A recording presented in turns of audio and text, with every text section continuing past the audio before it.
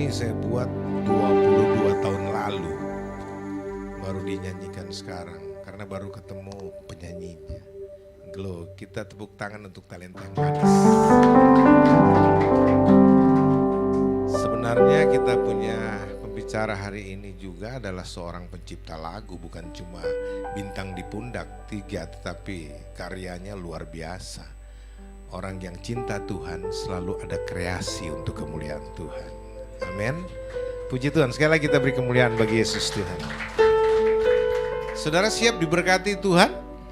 Kita akan dengarkan firman Tuhan yang saya yakin pasti amat sangat menguatkan kita.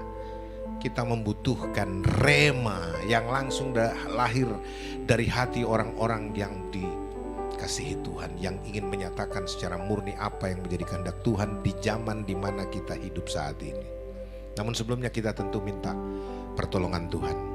Kita mau berdoa dulu supaya Roh Kudus bekerja bagi kita semua, ya.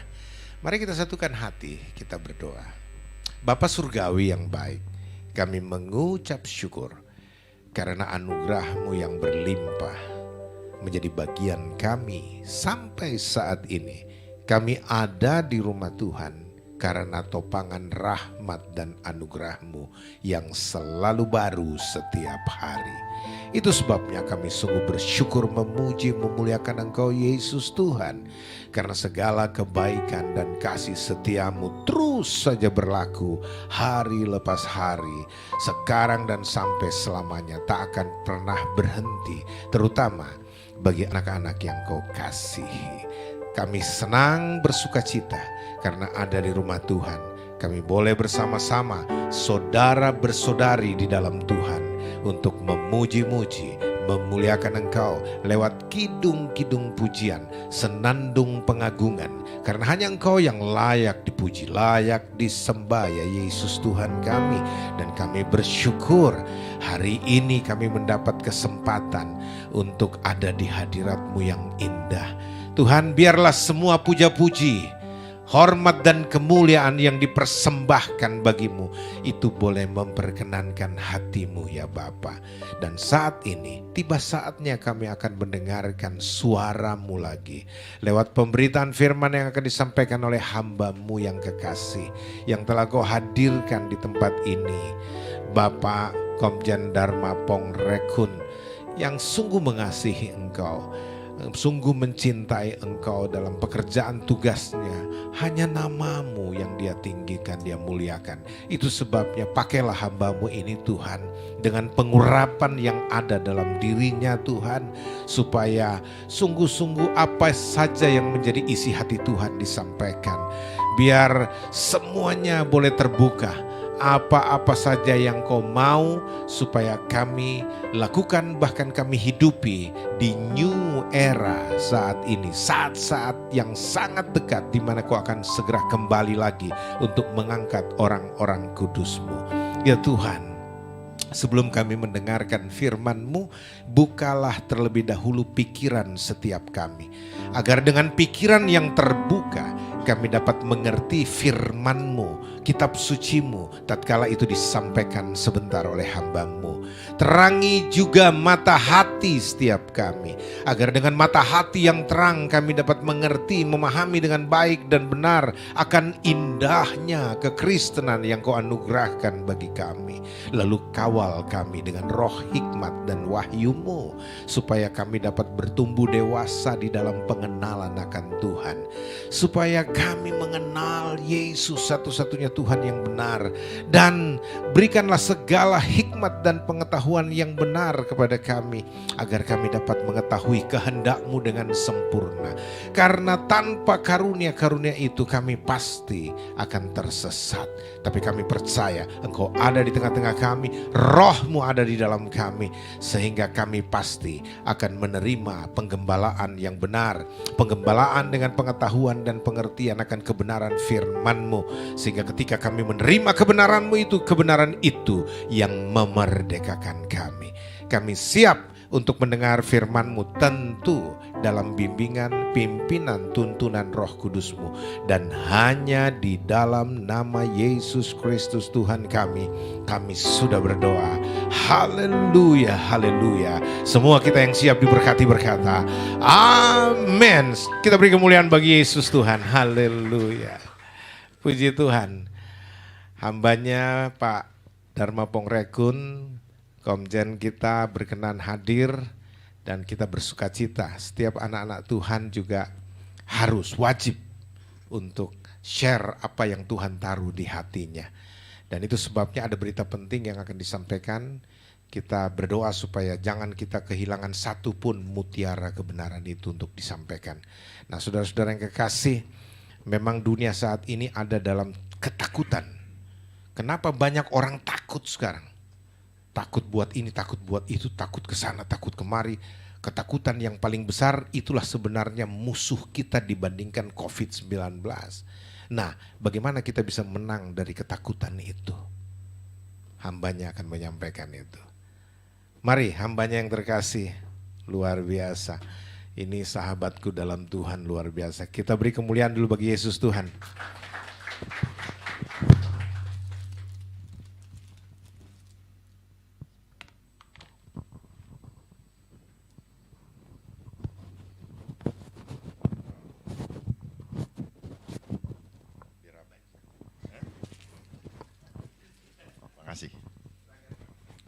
Shalom, saudara-saudara sekalian, Bapak Ibu sekalian, dan para pemirsa dimanapun berada. Karena saya diberitahu oleh hambanya bahwa ini live. Saya berharap kesempatan saya pertama kali ini untuk menyampaikan secara live bisa disiapkan hati dan pikiran, dan tolong kalau ada yang punya catatan, tolong dicatat. Kalau ada yang mau foto, silakan foto pakai handphone masing-masing, karena apa yang saya sampaikan kemungkinan ini jarang dipahami oleh banyak orang. Dan apa yang disampaikan oleh hambanya bahwa saat ini kita sedang berada di dalam keadaan yang penuh dengan ketakutan dan banyak yang kehilangan jiwanya sia-sia hanya karena kebodohan. Saya sampaikan seperti ini, kenapa? Karena saya berbicara dari perspektif iman kepada Kristus. Amin. Bukan saya berbicara dari kekuatan diri saya sendiri. Jadi sepanjang kita berfokus kepada Kristus, tidak ada lawan buat kita. Amin.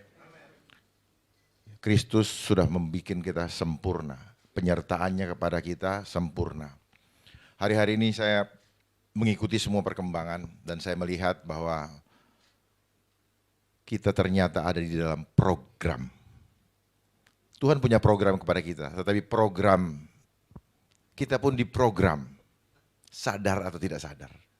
Perhatikan, kehidupan yang tadinya kita dibuat biasa seperti begini, bangun pagi, berangkat kerja, sekarang mulai diprogram untuk dirubah menjadi new, kebiasaan baru. Jadi semuanya pakai new.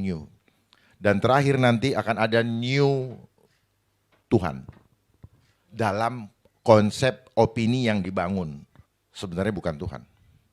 Tetapi mereka akan giring kita ke sana. Waktu yang singkat ini saya akan manfaatkan semaksimal mungkin. Mudah-mudahan bahan yang saya sampaikan, yang saya siapkan ini bisa saya sampaikan semuanya. Saya akan sampaikan agak cepat karena agak banyak, ya, karena saya perlu menyampaikan bahwa apa yang kita alami sekarang ini adalah program. Sementara Tuhan punya program kepada kita. Gambaran program Tuhan adalah gambarannya di dalam diri kita. Kita dibentuk, itu diprogram. Sekarang kita dibentuk keluar dari programnya Tuhan. Tema yang saya ambil adalah beriman kepada Allah adalah kunci kemenangan dari ketakutan. Satu ayat, tetapi saya akan kupas dengan ayat-ayat berikutnya. Dan saya berbicara di sini bukan sebagai pendeta, saya sebagai jemaat biasa yang mencoba untuk menyampaikan dari perspektif jemaat yang merasakan kondisi atau berada di marketplace. Ya, saya tidak memposisikan saya sebagai orang yang duduk di atas mimbar, tetapi saya mencoba mentransfer apa yang dirasakan oleh jemaat sekalian, oleh kita semua yang ada di lapangan, yang hidup sehari-hari berhadapan dengan kenyataan, di mana begitu banyak yang bergelimpangan dan semua begitu ketakutan dengan apa yang disajikan. Nanti pelan-pelan saya akan sampaikan. Mari kita baca dari 2 Timotius 1 ayat 7 bersama-sama. Pelan-pelan bersama-sama. Sebab Allah memberikan kepada kita, ulangi lagi, kitanya kita ganti saya. Sebab Allah memberikan kepada saya bukan roh ketakutan, melainkan roh yang memberi kekuatan, membangkitkan kekuatan, kasih, dan ketertiban. Amin. Ayatnya cuma satu, tapi kupasannya panjang. Ya, ayat tadi dulu. Berarti ketakutan itu adalah roh, dan itu bukan berasal dari Allah. Kalau Allah memberikan kita roh yang membangkitkan kekuatan, kasih, dan berarti kita harusnya kuat karena kita berasal dari Allah. Roh Allah itu memberikan kekuatan, kasih, dan ketertiban. Kekuatan dalam hal apa? Imannya kuat. Kasih apa? Sempurna kasihnya. Jadi kalau Tuhan tuh kualitatif. Nah, saat kita berbicara firman Tuhan, saat kita pahamilah dalam dunia roh, jangan pakai otak. Kalau pakai otak, kita sulit menyelami kemahakuasaan Tuhan. Pakai roh, pakai alam supranatural agar kita terhubung dengan, karena kita adalah makhluk supranatural sebenarnya. Cuman kita tidak sadari. Karena apa?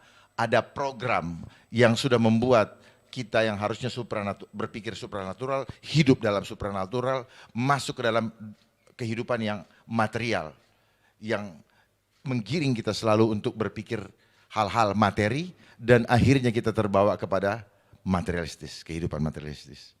Karena semuanya harus bisa dilihat dan dihitung. Kalau tidak bisa dilihat dan dihitung, kita tidak percaya. Dari ayat ini jelas bahwa kehidupan kita selalu ada dalam peperangan roh. Setiap hari di dalam kehidupan kita, karena kita makhluk roh, maka kita berperang juga secara roh. Sebenarnya, cuman kita nggak pernah diajarin selama ini. Kita dibiarkan untuk tidak memahami bahwa ketakutan itu adalah roh. Berarti bukan dari Tuhan. Sudah jelas disampaikan tadi. Tuhan memberikan kekuatan apa? Iman. Nanti akan saya ungkap bagaimana untuk membuat iman kita kuat. Kasihnya harus sempurna. Kalau kasih nggak sempurna, nggak bakal. Ketertiban, tunduk sepenuhnya. Tadi ada lagu, sepenuhnya. Tidak setengah-setengah, tidak seperempat, tidak setengah, 3/4, tidak 7/8, tidak 99/100, tetapi sepenuhnya. Tuhan tidak pernah mau kita hanya setengah-setengah. Tapi sekarang kita melihat begitu banyak yang tidak lagi mengandalkan Tuhan sepenuhnya. Dengan bahasa yang saya sering ketemu, berhikmat tetapi takut. Ketika ada Tuhan, sedikit pun tidak boleh ada takut. Itu janji Tuhan. Tetapi kalau kita ada takut, segera percaya penuh.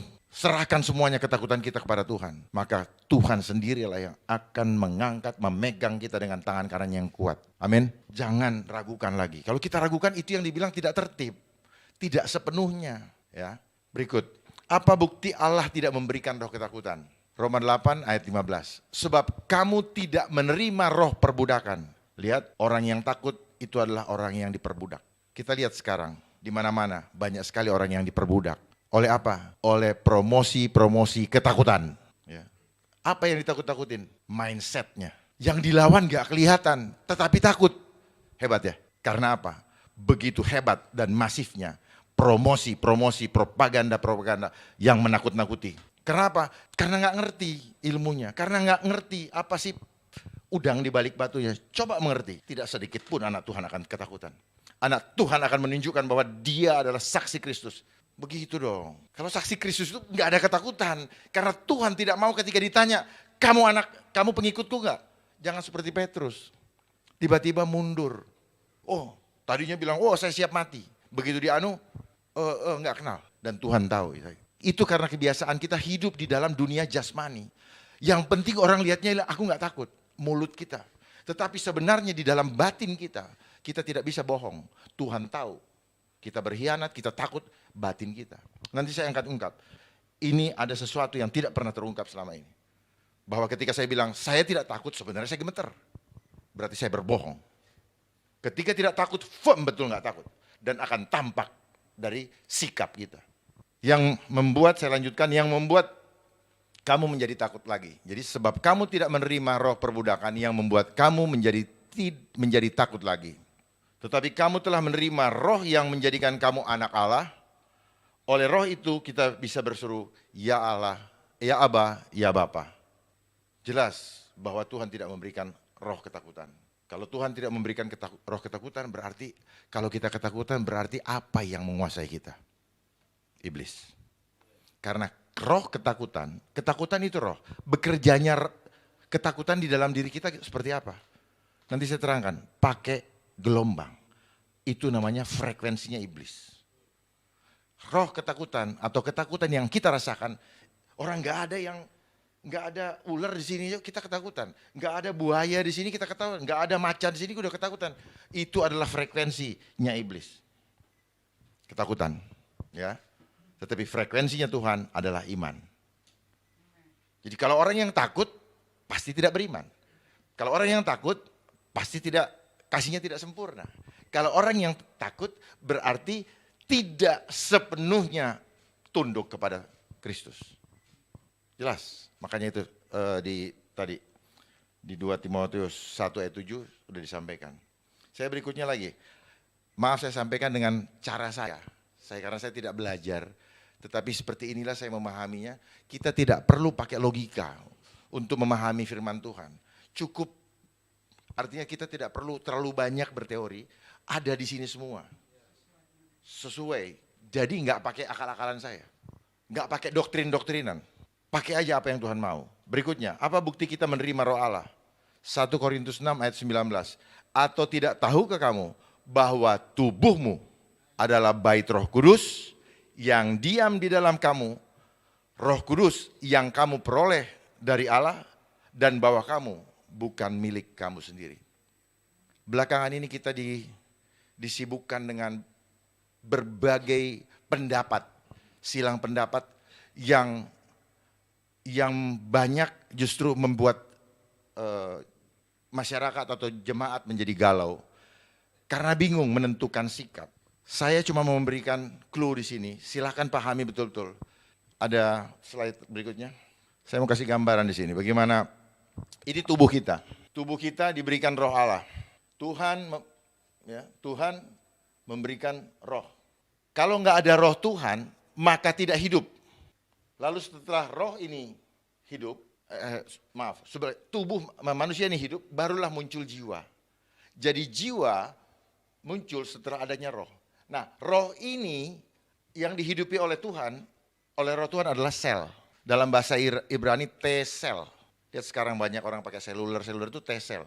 Itu roh dalam bahasa Ibrani. Artinya apa? Gambar, citra, dan imajinasi. Jadi Tuhan menciptakan kita serupa dengan gambarnya, itu di sel kita. Nah, ini yang diganggu. Makanya peperangan kita dengan peperangan hidup kita adanya di jiwa. Kalau tubuh itu hanya refleksi daripada apa yang ada di jiwa kita.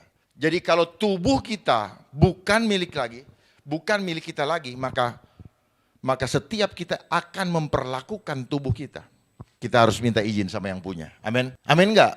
Jadi tidak ada yang berhak kepada tubuh kita, siapapun juga kecuali Tuhan. Amin. Jangan pernah kita berpikir untuk mengintervensi kedaulatan Tuhan di dalam kehidupan kita, siapapun orangnya, siapapun. Jangan pernah kita mengintervensi. Apalagi karena kita takut mati atau ditakut-takutin mati. Lalu mencoba mencari cara lain untuk mengintervensi, mendelay kuasa Tuhan di dalam hidup kita.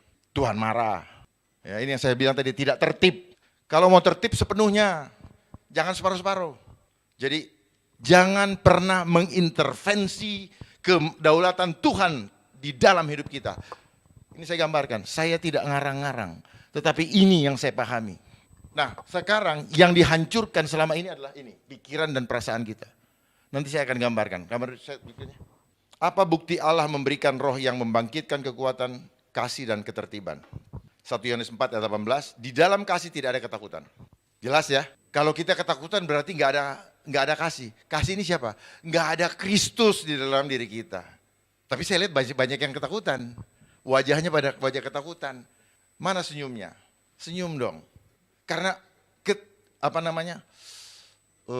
profil ketidaktakutan itu dimulai dengan senyum dan tatapan mata yang tajam. Kalau seperti itu takut ya. Kenapa? Permainannya di sini. Kasih yang sempurna melenyapkan ketakutan, sebab ketakutan mengandung hukuman dan barang siapa takut. Ingat ya, ketakutan ada hukumannya loh. Barang siapa takut, ia tidak sempurna dalam kasih. Mau bilang apa lagi? Ini firmannya ada kok. Jadi kalau kita bilang kita anak Tuhan, kita pengikut Kristus, jadi saksi Kristus, tunjukin kepada dunia bahwa Tuhanku berkuasa. Amin. Jangan tunjukin ke dunia. Tetapi selama ini kita sudah dininda bobokkan menjadi jemaat-jemaat yang lemah. Jemaat-jemaat yang tidak siap untuk diutus ke tengah-tengah serigala. Itu adalah cara iblis. Menggiring kita untuk diprogram sejak kita sekolah. Dengan sekolah seragam yang diseragamkan. Padahal Tuhan menciptakan kita unik. Masing-masing punya kekurangan dan masing-masing punya kelebihan.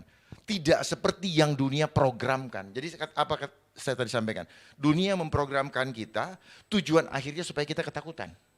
Kalau Tuhan programnya apa? Kekuatan, kasih, dan ketertiban. Bedanya di situ. Itu program Tuhan. Itulah gambaran rupa Tuhan di dalam hidup kita. Tetapi dunia lewat rasionalisasi yang dibangun lewat sekolah membuat kita menjadi orang-orang yang mudah sekali jatuh. Jatuh di dalam dosa, jatuh gugur iman kita. Itu ternyata program begitu lama, begitu panjang yang sudah disusun oleh kekuatan yang sekarang sedang memainkan perannya untuk merestart yang gambaran Tuhan di dalam hidup kita. Sebenarnya apa? Dari dulu mereka sudah memprogram, cuman kita nggak sadar. Kita berpikir betul kita harus sekolah, iya sekolah. Tetapi porsi sekolah kita tidak sebanding dengan kebutuhan yang kita ingin. Kita adalah makhluk supranatural. Kita adalah orang-orang yang memerlukan kecerdasan spiritual, bukan intelektual. Dengan kita mempunyai kecerdasan spiritual, kita tidak terlalu tergantung kepada hal-hal jasmani, makanan jasmani. Kita tidak akan tergantung dengan uang. Karena kekuatan supranatural bisa hanya berkata, jadi, maka jadilah. Amin. Ini yang membuat kita selama ini tidak sadar bahwa kita sudah digiring untuk selalu berharap bahwa tanpa uang kita nggak bisa hidup. Termasuk saya. Saya pun tidak paham. Akhirnya dari dulu saya berpikir dunia ini begitu gelap. Terlalu luas, terlalu berat untuk dilampaui. Karena kita digiring hanya untuk menggunakan akal, logika kita yang logika ini bagus. Tetapi masalahnya logika yang dibangun dunia hanyalah logika yang terbatas kepada apa yang kelihatan mata. Yang material. Itulah yang menyebabkan kita menjadi orang-orang materialis. Kita selalu berhitung. Dari sekolah kita diajar angka. 1, 2, 3, 4, 5, 6, 7, 8, 10. Sehingga kalau ada yang nilainya 10 akan menganggap kita yang nilainya 5. Itu rendah. Dan itu menjadi kebiasaan yang direkam di mana? Direkam di dalam sel kita. Direkam di sel. Sel ini adalah inti kehidupan selama manusia hidup. Jadi kalau orangnya katanya sakit, katanya sedih, sebenarnya selnya yang lagi rusak. Nah sel inilah yang selama bertahun-tahun dirusak. Sel inilah yang tadi saya bilang adalah gambaran Tuhan, citra Allah, imajinasi Allah di dalam tubuh manusia, di dalam kehidupan. Itulah sel. Bahasa Ibraninya T-cell. Lihat seluler yang ada sekarang, semua pakai T-cell. Kenapa? Dialah yang sekarang sedang ngerjain kita semua. Ada tulisan saya kemarin bahwa handphone, gadget itulah yang sedang menghancurkan kita. Dia bisa kontrol dari jauh. Dia senyum-senyum saja. Yang bodohnya kita keluarkan uang, kerja, sampai kredit untuk beli alat ini, dan alat ini ngontrol kita. Hebat nggak tuh mereka? Luar biasa. Kita nggak sadar. Tetapi seperti itulah caranya. Karena kita senang dibikin eksis. Cepret, share. Dan anonymous, orang bisa ngomong apa aja dipikir tidak ketahuan. Akhirnya ketangkap, loh ketangkap juga. Ya bisa ngomong apa saja. Oh alat ini bisa cari uang, bisa ini, uang. Makanya Tuhan bilang akar segala kejahatan adalah cinta akan uang. Dengan mengejarnya banyak orang yang sudah menyimpang dari imannya dan mengalami berbagai duka gara-gara uang. Ini yang dia bangun giring kita. Jadi sel ini penting sekali. Sel ini kalau bahasa dunianya subconscious, alam bawah sadar. Tetapi kalau saya bicaranya apa? Ini adalah alam supranatural. Sesuatu yang nggak bisa dilihat mata itu adalah supranatural. Dia bermain di situ, iblis bermain di situ, sehingga kita tidak sadar bahwa kita sedang dikerjain. Ini yang dihancurkan sel kita. Sel ini kalau dirusak dari dulu, juga dengan makanan-makanan yang kita konsumsi, obat-obatan yang kita yang diproduksi dari kimia buatan, itu merusak sel. Saya buka di sini. Itu merusak sel dan merusak karakter hidup kita. Merusak karakter hidup kita. Karena kalau sel kita rusak, organ kita rusak, maka karakter kita akan rusak. Nanti saya akan sampaikan ya di slide berikutnya, saya sudah siapkan supaya kita paham. Apa dampak ketakutan? Ayub 3 ayat 25. Karena yang kutakutkan, itulah yang menimpa aku, dan yang kucemaskan itulah yang mendatangi aku. Amin. Jadi yang mana kita mau pilih? Udah Tuhan jelas sampaikan bahwa roh ketakutan bukan dari Tuhan. Kenapa kita jadi takut? Sudahlah, paling jelek mati. Dan siapkan diri kita untuk menghadapi kondisi seperti itu. Jangan terlalu berpikir yang muluk-muluk. Karena saat ini adalah saat di mana Tuhan meminta kepada kita untuk memilih. Segera tentukan pilihan. Sebelum nanti kita disuruh pilih oleh dunia. Tentukan pilihan saat ini. Jangan tunggu sudah didesak. Tentukan pilihan itu dan siapkan diri kita dengan pilihan yang akan kita ambil. Kalau mau ikut dunia, ya sudah, nggak usah banyak pusing. Tapi kalau mau ikut Tuhan, siapkan diri kita untuk menjadi the armor of God. Amin. Jangan main-main. Ini kita bukan berhadapan dengan hal-hal yang kecil lagi. Kita cuma berhadapan dengan yang sedang mau balas dendam kepada Tuhan. Dia lagi revenge. Kenapa? Semua yang sering main serang itu adalah rohnya yang sedang revenge. Yang sedang mau balas dendam kepada Tuhan. Kenapa? Karena dia mau mempermalukan Tuhan. Bahwa engkau keliru, engkau salah, sudah memilih manusia sebagai yang kau kasihi. Jangan ngecewain Tuhan. Tuhan sedih kalau kita kecewain. Bersama Tuhan kita akan kuat. Jangan coba sedikit pun tadi, jangan kecewakan Tuhan. Dia lagi revenge ini. Dia mau nyatakan kepada Tuhan, kau salah, sudah memilih manusia. Lalu kitanya ikut-ikutan, benar-benar kita kecewain Tuhan. Aduh, saya nggak tahu itu angka 144 itu yang ada di Alkitab, apa betul itu. Jangan-jangan betul cuma sedikit. Jangan-jangan, karena memang nggak gampang. Terlalu gampang kita dihancurkan. Karena kita diprogram dari kecil, kita diprogram. Orang tua kita yang mendidik kita juga diprogram dari kecil. Sehingga kita ngikutin sekolah, kita pikir benar.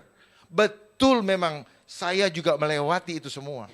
Tetapi setelah saya lewatin, ternyata ini hanya membuat saya menjadi orang sombong, saya tidak berdaya, saya menjadi orang ketakutan ketika menghadapi hal-hal yang supranatural. Tetapi kita merasa hebat dengan gelar-gelar yang diberikan oleh sistem yang ada. Padahal sekolah ini apa? Sekolah sistemnya mereka. Coba perhatikan, kenapa sekolah dasar 6 tahun? Kenapa sekolah lanjutan juga 6 tahun? Dan ada yang kuliah juga selalu harus 6 tahun. Kenapa harus angka 6? Apakah ini kebetulan? Saya yakin tidak. Kita diprogram untuk seturut dengan apa yang diinginkan oleh si ular tua. Saat ini banyak orang yang susah menerima kebenaran. Kenapa? Karena ada kekuatan yang sedang bermain di atas. Yang tidak bisa dilihat oleh kita-kita yang hanya melihat dengan mata jasmani. Ala ular besar yang sedang mau mengendalikan dunia ini. Dia berusaha untuk membuat kita sungguh-sungguh ketakutan. Jadi kalau kita ikutin, kita masuk di dalam frekuensinya dia. Bagaimana cara dia merusak frekuensi Tuhan, terus bisa dia intervensi? Saya kasih tahu. Cara dia merusak seperti ini. Jadi ini frekuensi dari Tuhan di sel kita. Cara dia merusaknya apa? Dia rusak lagi selnya. Jadi sel ini penerima, dia juga receiver. Dia receiver, dia transmitter. Dia bisa ini kan. Nah, ketika dia menerima dari Tuhan. Jadi kalau kita doa, kalau kita mau terima berkat dari Tuhan, Tuhan tuh nggak pernah bilang, saya kasih berkat. Ternyata tiap hari dikasih berkat sama Tuhan. Tiap hari, nggak pernah, nggak berhenti. Terus sampai kita masih hidup. Karena kita ini adalah wujud daripada karya kemuliaan Tuhan. Tuhan ingin kita berkarya, menunjukkan kemuliaan Tuhan di dalam dunia ini. Makanya dikasih kelengkapan sama Tuhan. Kitanya yang tidak manfaatkan itu karena kita nggak ngerti. Receiver ini ibarat kalau ada handphone, kalau ada power bank, ini power bank, ada kabelnya, handphone kita. Nah, tempat masuknya apa namanya? Ya, konektor itu, penerimanya itulah sel. Nah, kalau ini rusak, gimana mau nerima kekuatan dari Tuhan? Gak bisa. Karena ilmu elektronik ini itu belajar dari sel tubuh manusia. Berinteraksi dengan alam sel orang lain, alam semesta dan dengan Tuhan. Selalu berinteraksinya secara ini, secara apa namanya? Secara frekuensi. Jadi kita kan tidak ada kabel yang menghidupi kita sehingga kita tetap bisa berjalan. Tetapi ada frekuensi. Itu yang membuat saya hidup. Nah, frekuensi ini, roh itu bekerjanya secara frekuensi. Jadi apa saja sebenarnya yang di sekitar kita, ini adalah alam roh. Ini. Lihat sekarang di mana-mana. Jadi inilah yang diperebutkan oleh iblis, jiwa kita. Sistem bekerjanya, dan sel ini jugalah yang menyampaikan kepada Tuhan apa saja yang kita kerjakan di dunia ini. Nih, langsung, real time. Dia transmit. Makanya sel ini dicontoh oleh telekomunikasi. Nah, bagaimana banyak orang yang ketakutan? Jadi caranya apa? Lewat media-media, ini sengaja membangun opini secara berulang-ulang yang ditangkap oleh tubuh, oleh sinyalnya oleh otak. Seperti begini, kalau misalnya kita menyukai sesuatu, dari mata turun ke hati. Apa yang turun? Gak ada yang turun secara fisik kan. Tetapi ada gelombang, ada roh. Nah, roh itu tadi, gelombang tadi diterima oleh sel di dalam tubuh kita, lalu diolah oleh sel. Kemudian disajikan dalam bentuk pikiran, perasaan, dan kehendak. Balik lagi ke slide yang tadi. Pikiran, perasaan, dan kehendak. Jadi terbentuknya ini. Setelah jadi pikiran, jadi diolah oleh sel, baru sel itu menyajikan pikiran, pikirannya, gini. Jadi begitu. Jadi apa yang ditampakkan ke kita terus itu sebenarnya apa? Cara membuat kita kayak apa ya? Menerima gambaran supaya apa? Nanti setelah jadi pikiran dan perasaan, kita mulai berimajinasi, imajinasi atau beriman. Nah, bagaimana kita mau beriman? Beriman belum tentu kepada Tuhan loh. Beriman belum tentu kepada Allah. Bisa kepada hal yang menakutkan tadi, bisa kepada materialistis tadi, bisa kepada apa saja. Belum tentu ke Tuhan, beriman. Jadi hati-hati dalam menggunakan, saya orang beriman. Beriman apa dulu? Karena beriman kepada Allah berarti kita serupa, kita mengimajinasikan gambar Allah di dalam kehidupan kita. Bersyukur kita, anak-anak Tuhan, punya gambaran bagaimana Yesus pernah disalibkan dan ada gambar-gambarnya sehingga kita berimajinasi. Bagi sahabat-sahabat kita yang tidak punya gambaran Allah, sulit untuk berimajinasi, sulit mereka untuk beriman. Disinilah caranya, disinilah cara memprogram. Dari gambaran Allah, dia bangun gambaran lain yang membuat kita sulit untuk memahami Allah. Lanjut, balik yang ke tadi. Ya, jadi gini, tubuh menerima dari alam semesta dan ini yang buatan. Ada yang dari alam semesta, ini yang buatan. Yang buatan itu yang sedang terjadi dan disiapkan dari dulu. Mereka punya kekuatan 6 media terbesar di dunia yang merelay semua, tentunya pakai uang. Tentunya yang merelay dapat duit. Semuanya karena uang. Kenapa mereka kejar uang? Karena ada angka-angkanya. Dan angka-angka itulah yang diberikan pemahaman sejak kita sekolah dulu. Kalau nggak ada angkanya, dibakar tuh uang. Mereka sudah membuat sistem angka. Dan angka itu biar disenengin harus bernilai, lalu dibuatkan bank. Dari bank tadi, bank angkanya tinggi, happy. luar biasa dan bahkan sombong mungkin. Angkanya rendah, mulai rendah diri dan stres. Statistik angka kematian dikasih, ketakutan. Ternyata iman manusia di dunia itu ditentukan oleh angka. Saya rasa jemaat di sini bukan ditentukan oleh angka, tetapi bukan karena melihat, tetapi karena percaya. Amin. Tolong dipahami betul-betul. Dan bagikan kepada sahabat-sahabat yang kita temui di luar. Jangan sampai banyak yang jiwa yang terhilang dengan sia-sia. Tidak berperang, tidak ngapa-ngapain. Tahu-tahu karuan kan kalau berperang. Tetapi inilah peperangan roh namanya.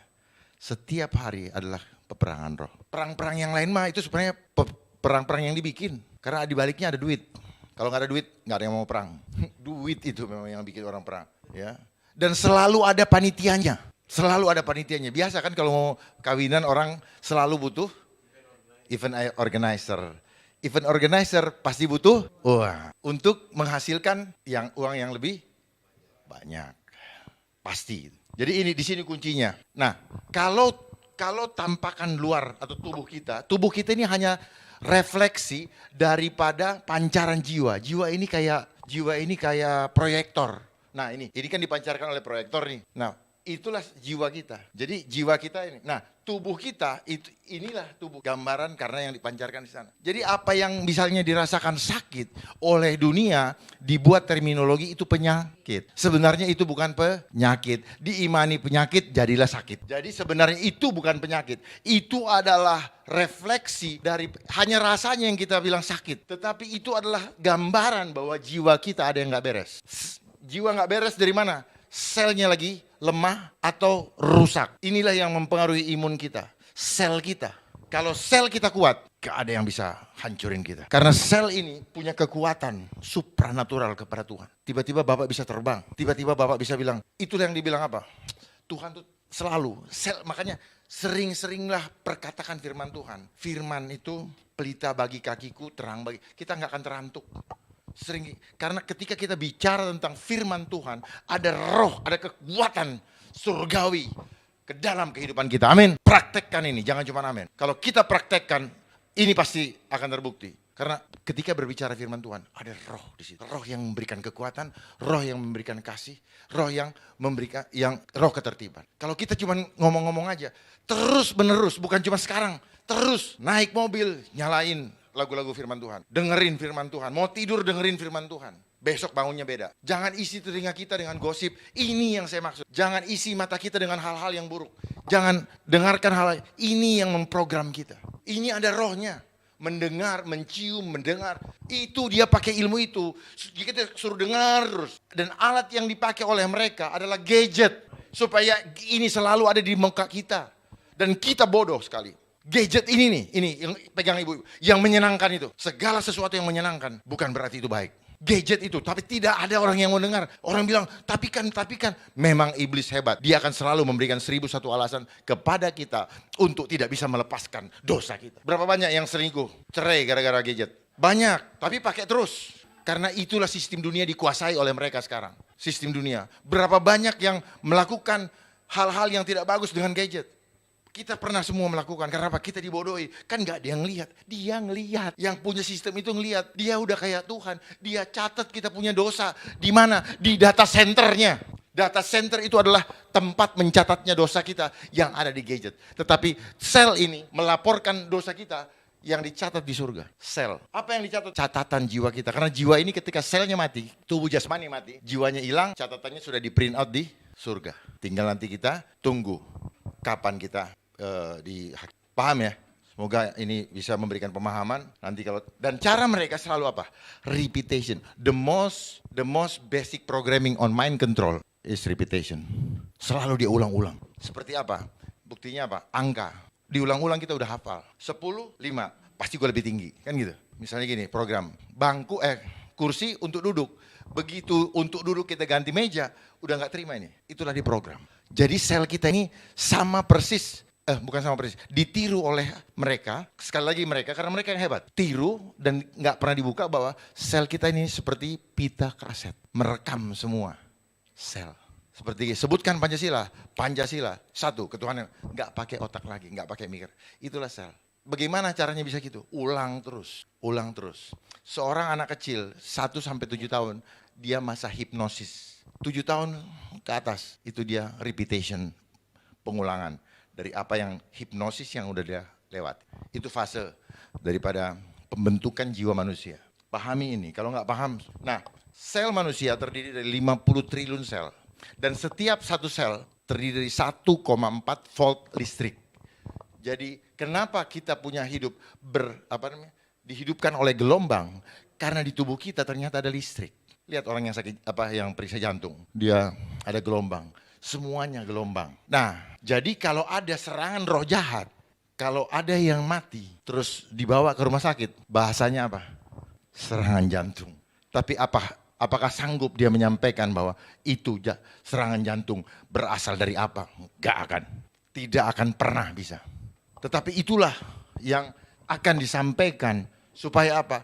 Supaya semua bisa dimonetize.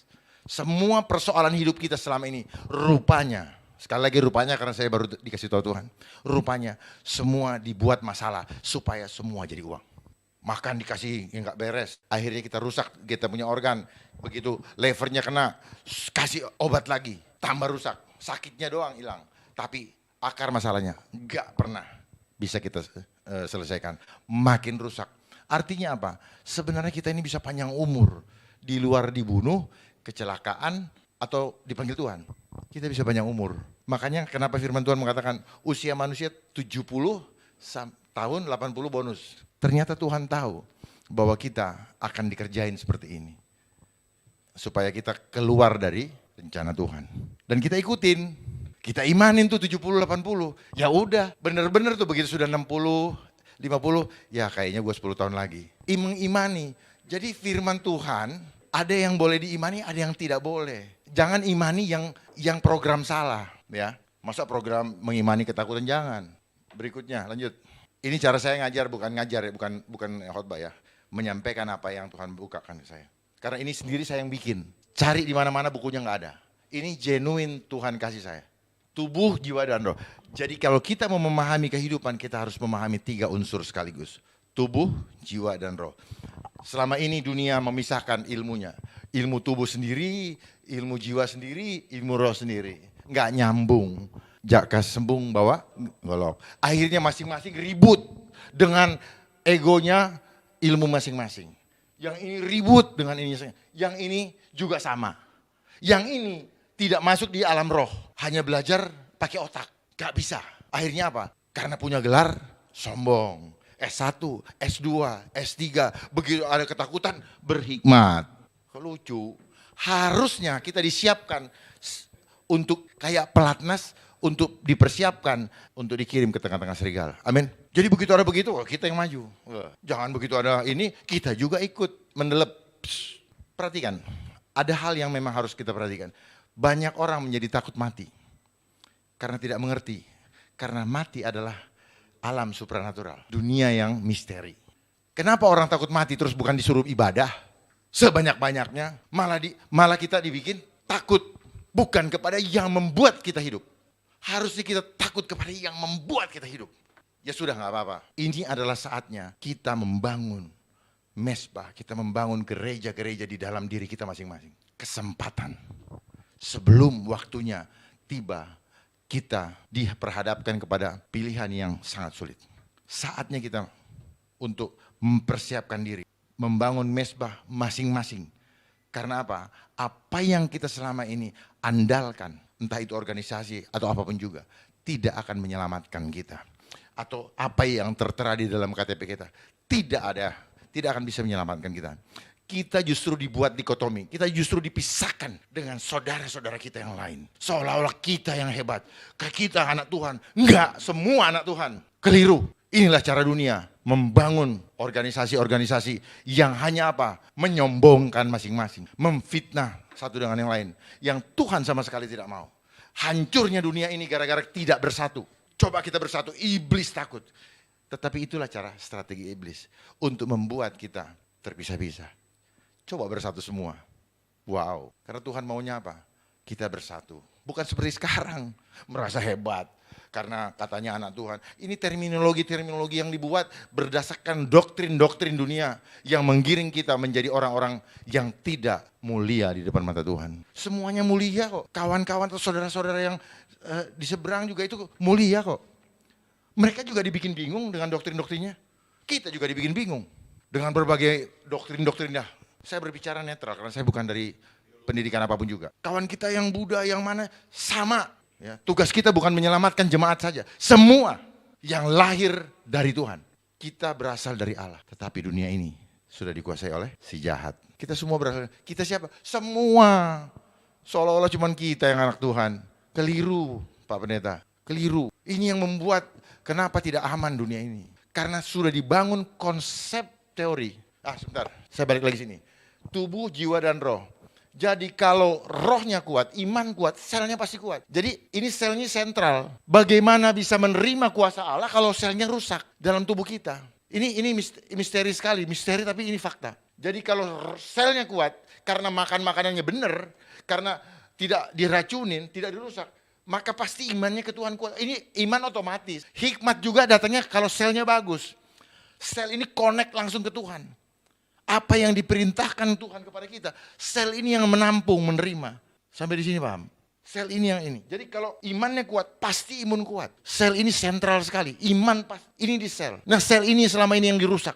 Inilah sel gambaran Tuhan. Gambaran Tuhan di dalam tubuh kita, di dalam diri kita. Itu di sel. Bahasa Ibraninya itu T-sel. Gambaran, imajinasi, atau citra. Makanya image of God. Kalau orang beriman harus mengimajinasikan Tuhan di dalam benaknya, pikirannya. Kalau tidak, nggak bisa kita. Imajinasikan terus, makin lama makin tajam. Jadi ini semuanya permainan pikiran. Ini adalah peperangan pikiran. Mereka kasih imajinasi, wow gambar ini. Gambar apalah semua itu. Di mana-mana di seluruh pelosok. Supaya apa? Nancep di kepala kita. Itu gambaran yang kita diprogram. Coba nggak ada tuh gambar. Matiin televisi. Hilang dia tuh gambar. Taruh gambar Tuhan Yesus. Lebih baik televisi kita dikasih gambar Tuhan Yesus. Oh iya, nggak apa-apa. Gambar ilustrasi nggak apa-apa. Gambar ilustrasi itu cara memvisualisasikan. Mereka juga begitu, visualisasikan gambar-gambar yang banyak tajam-tajamnya itu. Apakah mereka lihat? Bohong, mereka nggak lihat. Boleh ditantang tuh, suruh lihat. Nggak ada mereka bisa lihat. Itulah yang saya bilang visualisasi. Ya, merasionalisasi sesuatu dengan cara visual yang tidak realita menjadi realita. Itulah yang cara membangun opini. Seperti kita membangun opini tentang Yesus, kita membangun opini tentang itu. Tetapi kalau yang tulus, yang kitanya nyaman, kitanya damai. Tetapi kalau nggak tulus, bukan dari Tuhan, kalau nggak kudus, pasti tidak membuat kita damai sejahtera. Karena ada kepentingan, ada firmannya kok, cuman nanti kalau buka panjang. Mementingkan diri sendiri, kepentingan-kepentingan, dan ada ketidakadilan. Berikutnya, bagaimana ketakutan dapat membinasakan kita? Hosea 4 ayat 6. Cuma satu kuncinya. Umatku binasa karena kekurangan pengetahuan. Pengetahuan tentang apa? Tentang firman Allah. Lanjut. Bagaimana ketakutan dapat membinasakan hidup kita? 2 Korintus 4 ayat 4. Apa dan siapa penyebab orang tidak percaya binasa? 2 Korintus 4 ayat 4. Yaitu orang-orang yang tidak percaya, yang pikirannya telah dibutakan oleh ilah zaman ini. Jadi begitu banyak sekarang yang terbutakan oleh ilah zaman ini. Apa ilah zaman ini? Banyak faktornya. Ada mamon, ada juga karena cari muka, ketakutan dengan kekuatan sistem, akhirnya pada tertutup dan mencari kenyamanan dunia, mempertahankan sesuatu yang sementara, ujung-ujungnya mati juga, bukan mencari kekekalan. Itu yang terjadi. Sehingga mereka tidak melihat cahaya Injil tentang kemuliaan Kristus yang adalah gambaran Allah. Nah, bagaimana cara dunia merubah kita, memprogram kita? Di sini, kita ini homo imago Dei, terus pecah jadi dua. Homo hominisisius dan homo homini lupus. Seharusnya kita berkembang ke arah homo homini socius. Manusia menjadi teman bagi manusia lainnya. Tetapi dunia memprogram kita menjadi homo homini lupus. Manusia menjadi serigala manusia yang lain. Enggak apa-apa mereka ini kan. Nggak apa-apa mereka merencanakan seperti ini. Tetapi kalau mereka merencanakan seperti itu, tetapi kita menyiapkan diri untuk diutus sebagai domba-domba ke tengah serigala, gak ada masalah. Pada saat seperti ini, kita akan sanggup menghadapinya dengan hati yang tidak takut dan gentar. Amin. Tetapi kalau kita tidak siap, gemeter. Orang gemeter nggak punya tenaga. Orang nggak punya tenaga pasti gubrak, pasti KO. Udah pasti. Lihat kehidupan kita. Kita dipisahkan. Padahal ada moto, bersatu kita teguh, bercerai kita runtuh. Sekarang dicerai-beraikan berarti kita siap-siap runtuh. Nah, kalau bersama-sama kita bergandengan tangan, maka kita akan kuat. Tetapi sekarang banyak fenomena di mana kita mulai diprogram tanpa sadar. Ya, bersalam-salaman saja sudah tidak mau. Ya, saya harus buka di sini. Kekuatan di sini. Ini ada kekuatan luar biasa yang pernah dicontohkan oleh Tuhan Yesus ketika dia baru keluar dari air dibaptis oleh Yohanes Pembaptis, diangkat seperti ini. Kalau kita bisa merasakan tangan kita, ini ada kekuatan seperti ketarik. Ini bisa berjam-jam tanpa capek. Karena saya tidak pakai kekuatan. Ada kekuatan Tuhan yang memegang. Dan saya merasakan itu. Jangan main-main dengan tangan ini. Karena tangan ini adalah untuk menerima dan memberi. Kenapa bukan kaki? Tangan ini. Dan tangan yang sama menerima kekuatan dari surga. Kenapa tenaga? Tidak ada juga di Alkitab suruh lipat tangan. Yang ada sebenarnya angkat tangan. Terima ini. Terus terima dari kekuatan dari surga. Dan tumpang tangan. Bagikan, impartasikan. Itu yang Tuhan mau. Jangan begini, akhirnya kita tidak punya kekuatan. Akhirnya kita selalu mengandalkan, Pak Pendeta tolong doakan. Padahal kalau kita ini sendiri, ada kekuatan yang kita terima. Imani itu, imani dan hidupi di dalam keseharian kita. Jangan kita cuma mengandalkan pendeta. Jangan. Karena saat ini, kita sudah sulit ketemu dengan pendeta. Sudah sulit. Ya, jadi jangan begini, bagaimana kita bisa menolong ketika tangan kita begini. Ya. Masa saya mau memberikan sesuatu kepada sahabat saya, ini ambil. Nggak bisa. Apalagi begini, sopannya di mana. Tetapi itulah program yang sedang dibangun kepada kita, supaya kita apa? Kekuatan kita menjadi hilang. Seperti apa? Simpson digunting rambutnya. Dan banyak hal. Jangan keluar dari gambaran Tuhan. Kenapa Tuhan itu kalau mau menyembuhkan, dia usap, dia sentuh, dia pegang pundaknya. Kenapa kita justru keluar dari gambaran Tuhan? Kenapa kita jadi bodoh? Dan kita gampang binasa karena kita bodoh, kita membiarkan kebodohan itu. Jangan biarkan kebodohan itu. Jangan bilang amin kalau masih saya lihat banyak yang bodoh. Percuma, Bu. Ini yang saya bilang, kita hidup dalam jasmania. Yang harus berbicara ke Tuhan bukan mulut. Nih sel kita nih, sel. Yang tadi saya selnya bicara ke Tuhan. Mulutnya bilang ini tapi ininya apa iya enggak. Itu enggak bisa bohong. Sel kita ini jujur. Saya bisa buktikan bahwa sel kita ini jujur. Kalau kita takut, sel kita itu badan kita akan lemah. Tetapi dunia ini menggiring kita supaya kita menjadi orang-orang munafik dan kita menjadi orang-orang pembohong. Contoh, saya tanya, ibu datang dari mana? Saya dari pasar, padahal ibu dari warung misalnya. Mulutnya bicara seperti itu, kenapa? Karena dia berpikir bahwa saya tidak melihat dia dari mana. Jadi dia boleh jawab dari mana saja. Tetapi selnya tidak bisa bohong. Dan itu yang tercatat di surga.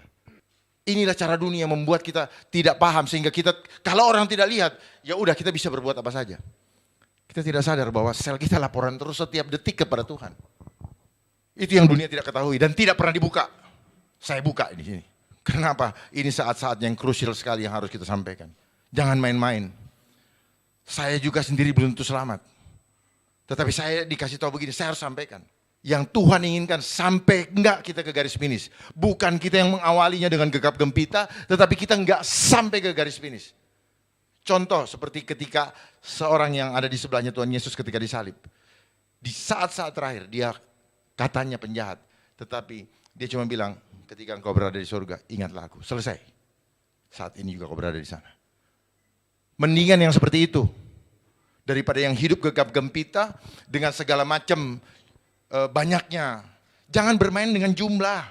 Saya melihat banyak sekali yang bermain dengan jumlah. Oh, jumlahnya pengikutnya banyak. Bukan itu yang Tuhan mau. Tuhan mau melihat hatimu. Bukan rupa, bukan jumlah. Karena jumlah selalu berhubungan dengan yang tadi saya sebutkan, angka-angka tadi. Tuhan mau melihat kualitas, bukan jumlah. Jumlah ini adalah ada nilai magis, ada kekuatan magicnya, ada roh di situ di angka-angka ini. Karena angka ini sejarahnya adalah ketika manusia kehilangan kemuliaan Tuhan, dia ingin membangun kemuliaan manusia dengan membuat simbol-simbol angka supaya kelihatan derajatnya siapa yang lebih tinggi, siapa yang rendah. Di situ rahasianya. Makanya tujuan dari segala sesuatu yang tujuannya tidak bagus, itu akan menghancurkan kita. Termasuk handphone ini. Pembuatnya kita nggak sadar bahwa dia punya maksud jelek, jahat kepada kita. Tapi dia akan promosikan hal-hal yang bermanfaat, yang kita rasakan manfaat. Padahal apa? Itu hanya cara untuk merayu kita. Supaya kita terjerat. Kalau sudah masuk ke comfort zone, menjadi kebutuhan, karena sudah terbiasa, kita sulit keluar. Kita terjerat. Terjerat. Banyak orang membiarkan dirinya tetap berada di keadaan tidak enak. Karena dia sudah tidak punya jalan keluar. Karena dia tidak berani mengambil langkah. Dia tetap membiarkan dirinya situ. Kalau saat ini Bapak Ibu sekalian merasa tidak nyaman di jalan yang sekarang ada, kembali cari jalan yang nyaman. Jangan biarkan keadaan yang tidak nyaman terus menghantui kita. Ambil keputusan malam ini. Jangan sia-siakan hidup kita. Saat ini saya dipanggil, saat ini kita tahu kita berada di mana. Ucapkan firman Tuhan. Kita manusia lemah, tetapi ketika kita ucapkan, kekuatan datang.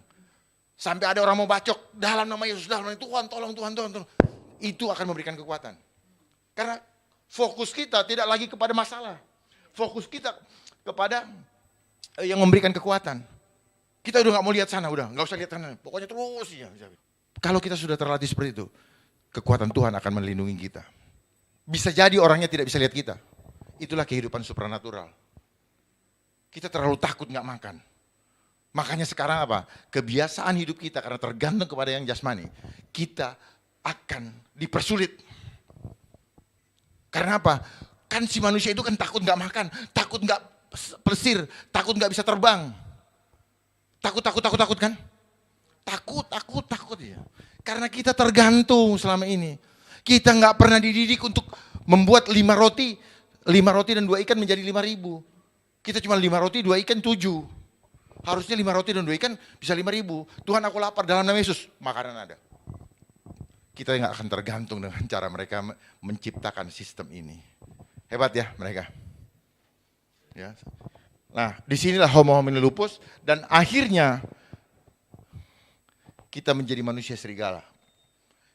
Image of beast. Kita nanti akan digiring ke sana. Dan buktinya sekarang, di dalam kehidupan kita banyak kelakuan kita sudah seperti binatang. Memperkosa, membunuh, terus garang. Itu adalah secara berproses kelakuan kita, karakter kita sudah dirubah jadi kayak binatang. Kita nggak sadar, fisik kita masih manusia, dalam kita udah rusak. Dan banyak nanti akan kita lihat, secara fisik masih tubuh jasmani ini. Tetapi dalamnya rohnya sudah berubah. Berubahnya di mana? Di sel. Banyak kita lihat sekarang yang nanti akan berubah selnya. Hubungan dengan Tuhan berubah. Secara fisik masih mukanya. Contoh Yudas. Kurang apa Yudas setiap hari bersama Yesus? Di akhir-akhirnya wajahnya dan tubuhnya masih Yudas bukan? Tapi isinya berubah. Dan itu bisa diukur oleh sel. Jadi kalau Bapak Ibu melakukan dusta, mulutnya bisa ngomong apa saja, menyampaikan saksi dusta. Tetapi sel tubuhnya nggak bisa bohong. Karena sel tubuh ini wakilnya Tuhan yang ada dalam diri kita. Dia laporan terus tuh. Dia yang membuat kita hidup. Karena masih dialirin frekuensi atau kekuatan dari Tuhan. Kalau itu dicabut, selesai kita begini. Ini yang mau dipercepat hancurnya sel. Makanya kalau ketakutan yang disampaikan kepada kita, itu akan merusak ginjal. Nah ini tubuh kita. Ya, kenapa banyak yang mati? Karena nggak ngerti ilmunya. Ini yang diganggu nih. Ini di dalam tubuh kita. Saya bacakan, tubuh manusia terdiri dari berbagai jaringan. Nih, jaringan itu adalah hubungan sel. Merupakan kumpulan dari sel. Sel adalah bagian terkecil dari tubuh yang merupakan satu unit biologis hidup yang dapat membentuk zat-zat dan sebagainya. Sel dapat membelah diri, dia bisa regenerasi. Yang sama sifatnya disebut mitosis dan seterusnya. Nanti di bagian yang lain lah saya ini biar nggak terlalu lama. Jadi sel adalah kekuatan inti kehidupan dari setiap makhluk hidup ketika dia masih hidup. Kalau dia sudah mati, berarti dia punya power udah dicabut Tuhan. Lanjut. Nah ini yang bikin rusak tubuh kita, yang merusak citra Tuhan di dalam diri kita. Selnya diserang, kita nggak sadar. Ini yang membuat kita susah beriman, susah, frekuensinya dirusak. Karena sel inilah yang membuat kayak radio gitu loh. Kalau kita mau menerima siaran atau gelombang dari Tuhan, suara Tuhan, itu harus bersih, dia punya frekuensi. Titiknya harus pas, misalnya FM sekian, harus pas. Kalau kurang sedikit, lebih sedikit. Nah ini yang dirusak sel di dalam tubuh kita untuk dirubah, diintervensi gelombangnya, frekuensinya oleh iblis di sel. Kalau ini sudah rusak gara-gara makanan, ini sayur ya, kita pikir sayur bagus, ternyata pakai pestisida, ternyata hidroponik, buah-buahan anorganik, pupuk anorganik, bungkus plastik, ini semua merusak badan kita. Makanan junk food, makanan pengawet, semua ternyata merusak. Tetapi kita dibikin manja, dibikin gampang, gak usah cari lagi ke, akhirnya pertanian kita juga hancur. Inilah proses penghancuran semuanya. Obat-obatan, semua kita masukin racun. Ayam potong, dikasih suntik ini. Kita makan, dia membangun opini. Asapnya bagus. Rasanya. Terus yang ini di endorse, bintangnya cantik. Jadi kita belinya apa? Beli opini. Ini sama seperti yang tadi, opini lagi. Lewat apa? Lewat, lihat terus kan. Hari-hari panas, hari-hari dingin, hari-hari teh botol. Nah, gitu. Di mana-mana ada Coca-Cola, terus begitu. Saya bukakan pelan satu-satu supaya tahu bahwa apa yang kita rasakan, semua ini adalah opini yang dibangun. Apakah itu real? Enggak. Nah ini, akibat organ yang rusak. Kalau limpanya rusak, mukanya pucat, lemah. Ini semua sudah ada rumusnya. Ini yang dirusak oleh makanan. Nah cuman kan karena baru 80%, ini yang 20%, jadi program mereka sudah 80%. Yang 20%, kelamaan dia mau bom, gitu. Mau dibom, karena kita udah lemah. Kalau kita punya kekuatan tinggal 20%, kita diginiin aja sedikit, didorong sedikit aja udah pasti jumpalitan. Paham ya? Jadi sudah 80% program mereka, tinggal 20% lagi. Nah 20%-nya mungkin dia pikir Tuhan Yesus mau datang cepet-cepet bikin mereka tekduk gitu. Jadi ini, silakan difoto, silakan dilihat supaya bisa dipahami. Ya kalau saya bacakan semua tuh, ginjal, gangguan, curiga, cemburu, ketakutan. Ini begitu ini terganggu, ini kan gara-gara selnya rusak. Jadi terganggu. Ya. Oke, limpa, pucat, lemah, mudah mimisan, gangguan, bentuk tubuh gemuk, itu limpa. Jadi akhirnya support ke otak kurang. Nggak salah, karena apa? Karena kita disuruh makan 3 kali sehari. Betul, 3 kali makan itu nggak bagus 3 kali sehari. Coba rubah jadi 2 kali sehari. Minimal 10 jam sekali. Makanya kita disuruh puasa kan, itu yang bikin kita sehat. Gangguan bentuk tubuh kurus, gangguan lambung, sendawa, kembung. Ini, begitu ini keluar gara-gara stres, mati juga bos. Nih, gangguan emosi, mudah melamun, histeris, cemas. Ini gara-gara itu. Gara-gara semua promosi bisa begini kita. Terus ginjal, gangguan belajar, lupa, sulit konsentrasi, gangguan telinga, berdengung, vertigo, gangguan tulang, osteoporosis, sakit pinggang, lutut lemas, gangguan reproduksi, menurunnya gairah seks. Itu gara-gara ginjal. Makanya dihantam terus. Dan akhirnya muncul obat kuat. Loh, bener. Jadi gini, mereka membuat masalah, lalu dengarkan baik-baik. Mereka, ini bukan main-main loh. Mereka membuat masalah, lalu nanti masalah itu kita cari solusinya. Mereka kasih supaya terputar terus jadi duit, ngerti nggak? Supaya jalan industrinya. Inilah selama ini kita rusak gara-gara ini. Nyeri, hati, nyeri dan kaku saat bergerak. mudah nyeri leher, bangun tidur badan tidak segar malah pegal-pegal, nyeri lutut. Saat naik turun tangga, nyeri tumit kaki, nyeri sendi, kaku sendi. Kayak orang apa deh, asam urat. Itu gara-gara liver. Nah, gangguan emosi, jadi mudah terkejut. Kemudian jantung, gangguan tidur. Itu menjadi sulit gara-gara jantungnya ada gangguan. Mudah mengigau, insomnia, susah tidur, staminanya turun, lesu, napas pendek, mudah capek, berdebar-debar. Gangguan emosinya apa? Ini mudah terkejut. Orang yang jantung juga pendendam. Kemudian paru-paru, gangguan kulit, kulitnya kusam, itu paru-paru. Tapi gangguan emosinya apa? Gampang sedih. Orang yang sedih itu gampang kena paru-paru basah, gampang kanker. Kulit kusam, tidak cerah, keriput, jerawat, kering, gangguan. Nah, ini semua kan ada obatnya nih. Ada solusinya. Supaya apa? Supaya jadi semua ujung-ujungnya ini. Jadi caranya mereka bekerja, bikin jadi masalah, lalu nanti muncul reaksi, lalu kasih solusi. Ini yang dibilang apa? Juru selamat palsu. Modelnya mirip, polanya sama, mudah dibaca. Anak-anak Tuhan harus cerdas membaca. Untuk cerdas, selnya harus bersih. Untuk bersih, perkatakan firman Tuhan setiap hari. Amin. Oke, lanjut. Siapa saja dan apa hukumannya bagi yang ketakutan? Wahyu 21 ayat 8. Tetapi orang-orang penakut tuh ya, orang-orang yang tidak percaya, orang-orang keji, orang-orang pembunuh, orang-orang sundal, tukang-tukang sihir. Saat ini sedang bermain banyak sihir-sihir. Iblis senang bermain dengan sihir. Penyembah berhala, dan semua pendusta, mereka akan mendapat bagian mereka di dalam lautan yang menyala-nyala oleh api dan belerang. Inilah kematian yang kedua. Saya cuma mau menekankan, penakut ternyata dosa. Karena kalau kita takut, maka tidak ada kasih. Jelas ya? Dosa loh. Jadi kalau dosa, terus kenapa dilakuin terus? Takut? Takut nggak? Buktikan dong. Kalau takut, gitu.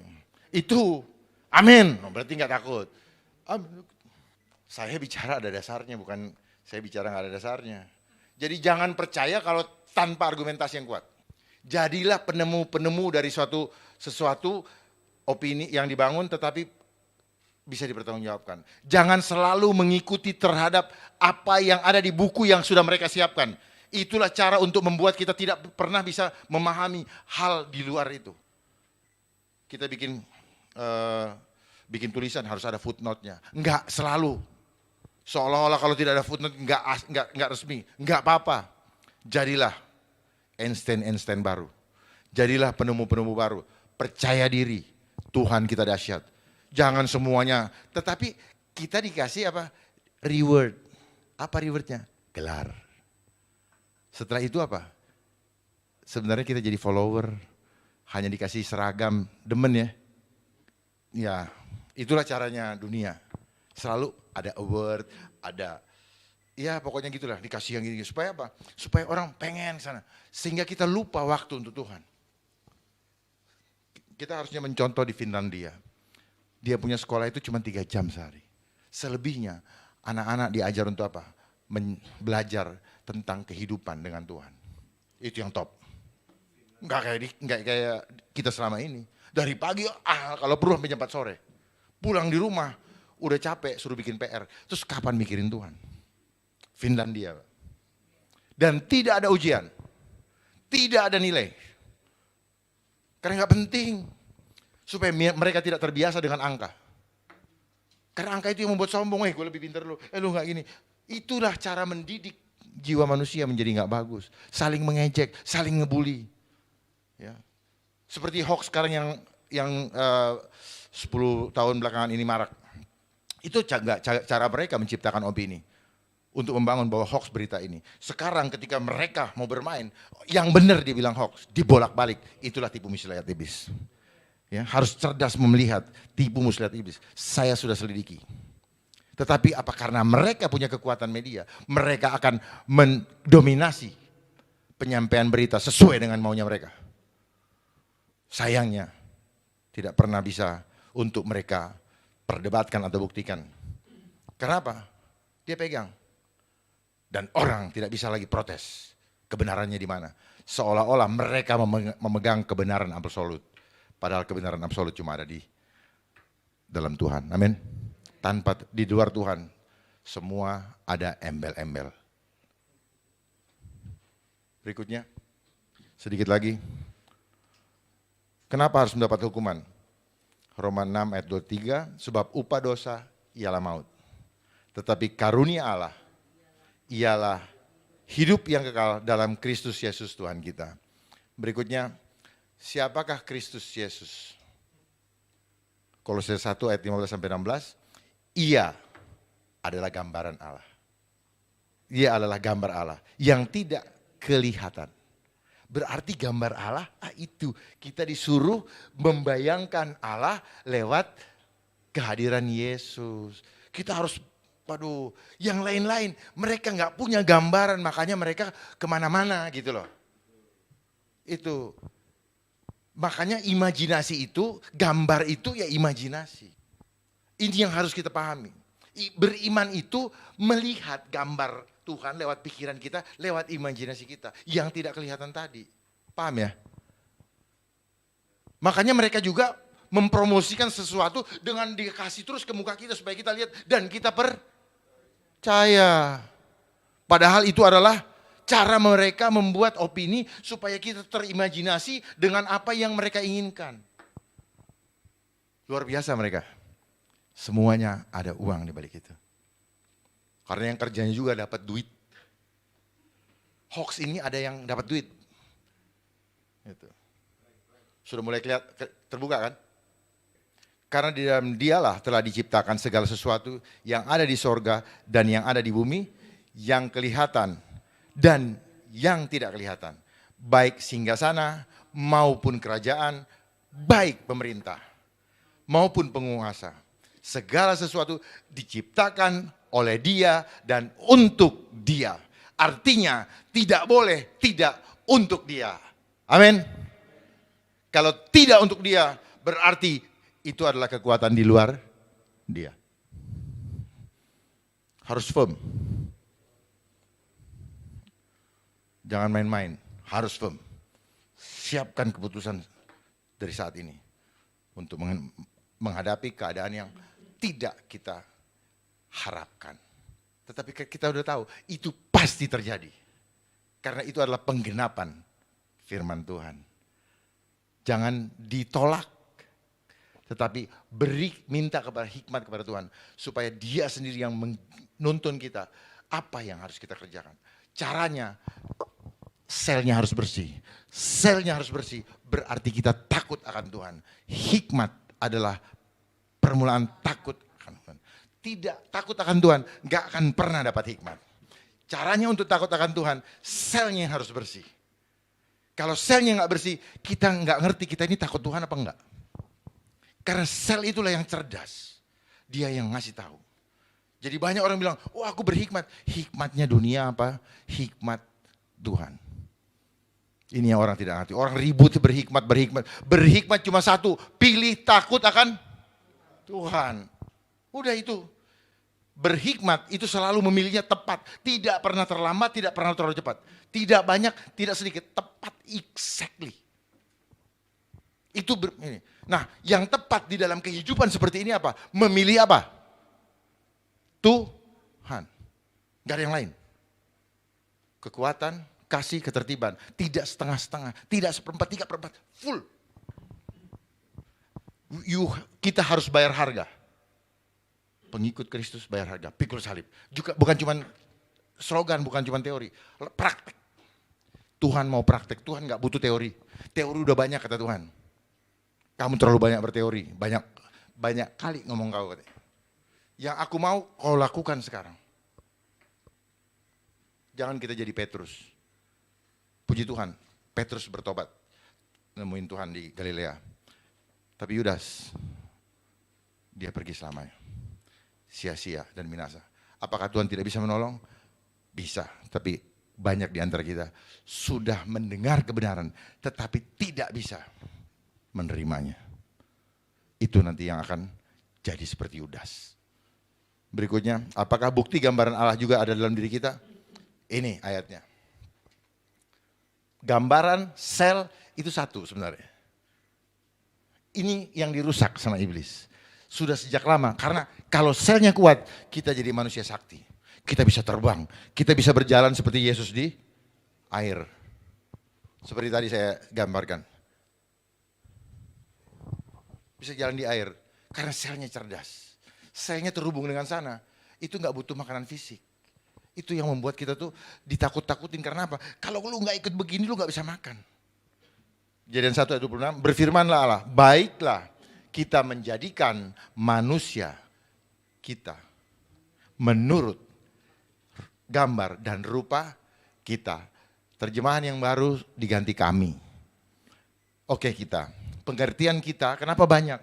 Bukan Bapa, Putra dan Roh Kudus. Tetapi Allah Bapa, Bapa Yahweh bersama dewan kerajaan surga, malaikat-malaikatnya.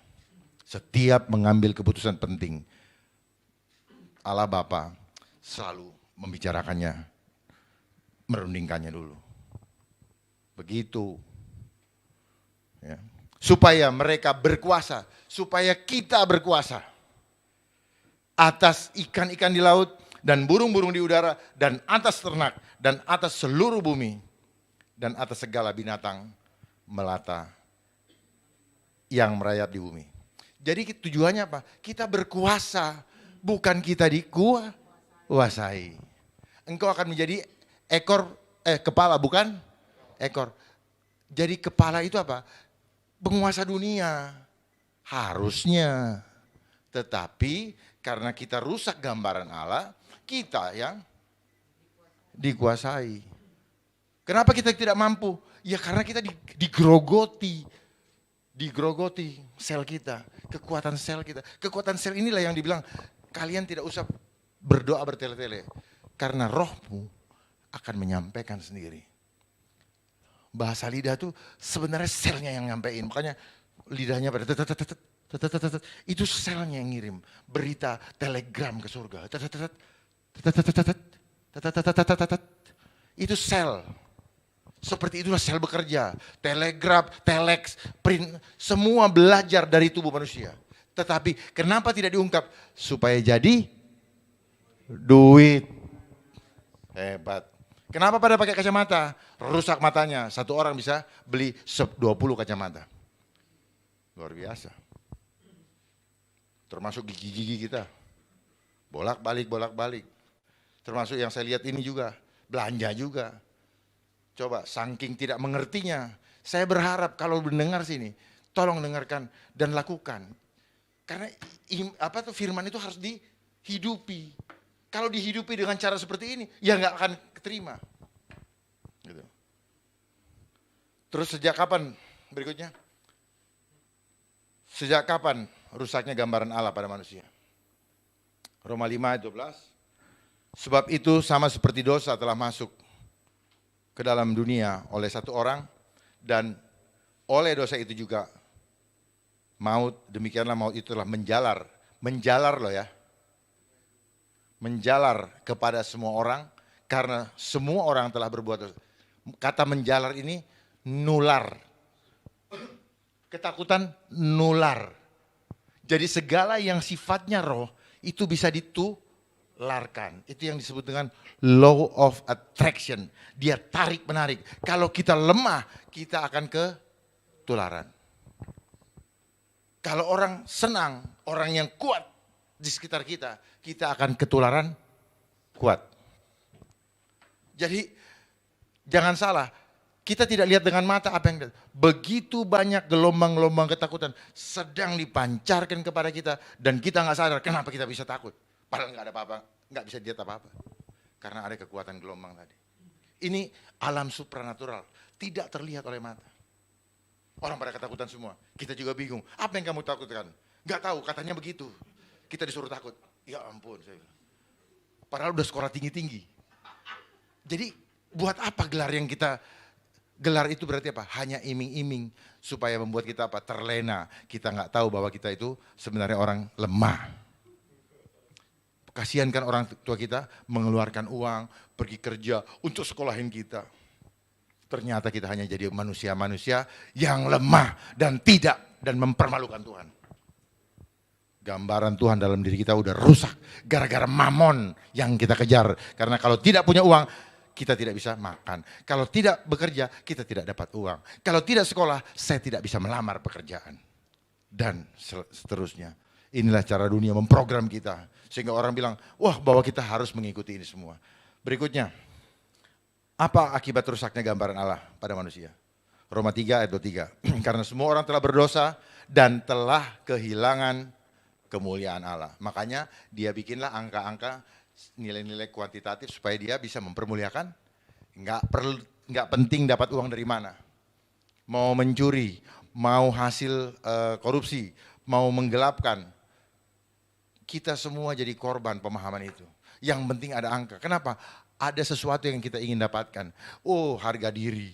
Oh, segala macam. Status, penghormatan manusia. Bukan penghormatan Tuhan. Yang kata manusia luar biasa, di mata Tuhan adalah kebodohan. Sadari itu.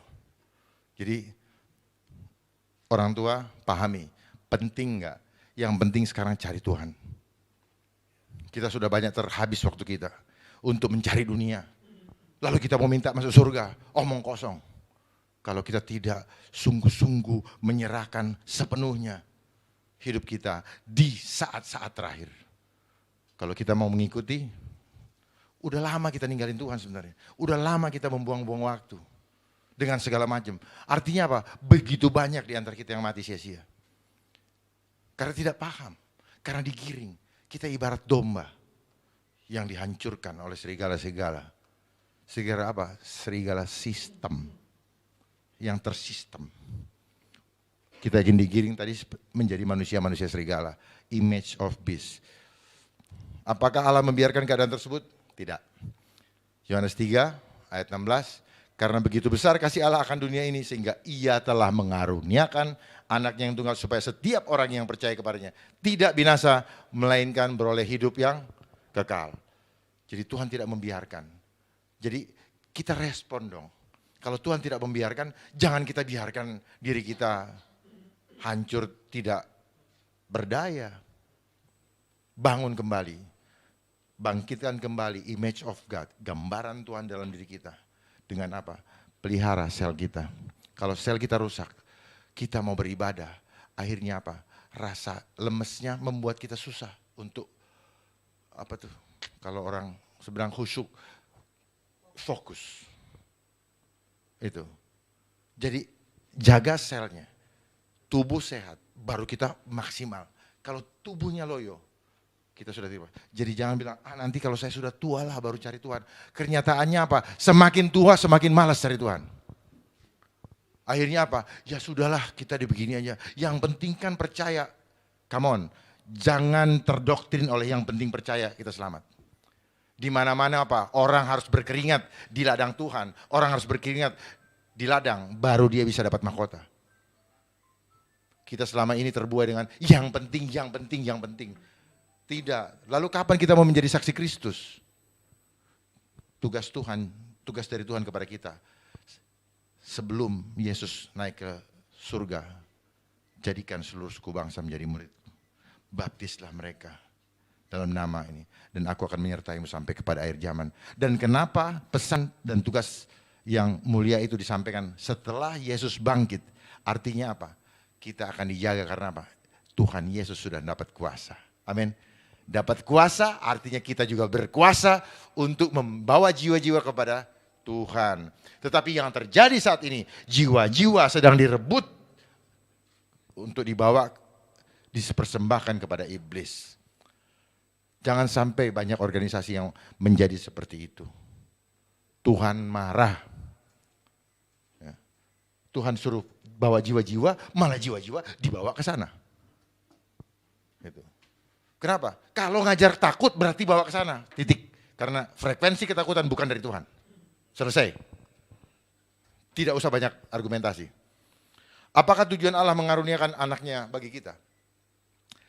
1 Yohanes 5 ayat 13, semuanya itu kutuliskan kepadamu supaya kamu yang percaya kepada nama anak Allah tahu bahwa kamu memiliki hidup yang kekal. Gampang tuh. Supaya kita tahu semua itu ditulis untuk itu. Masa kita nggak percaya? Percaya dong Pak. Kalau nggak percaya, aduh, mata kita melihat tapi mata kita nggak lihat dong. Pandanglah ada Tuhan di hadapanmu. Pandanglah ada Tuhan di sebelah kananmu. Maka engkau tidak akan pernah ketakutan. Tuhan ada di sebelah kanan kita. Cuman kita tidak melatih sel kita untuk melihat itu. Firman Tuhan ada di sini loh. Ada di masing-masing kita loh. Berarti kita nggak usah takut. Itu ya. Jadi di dalam alam supranatural sebenarnya Tuhan ada di sebelah kanan kita. Kita aja nggak lihat. Karena mata kita sudah tertutup.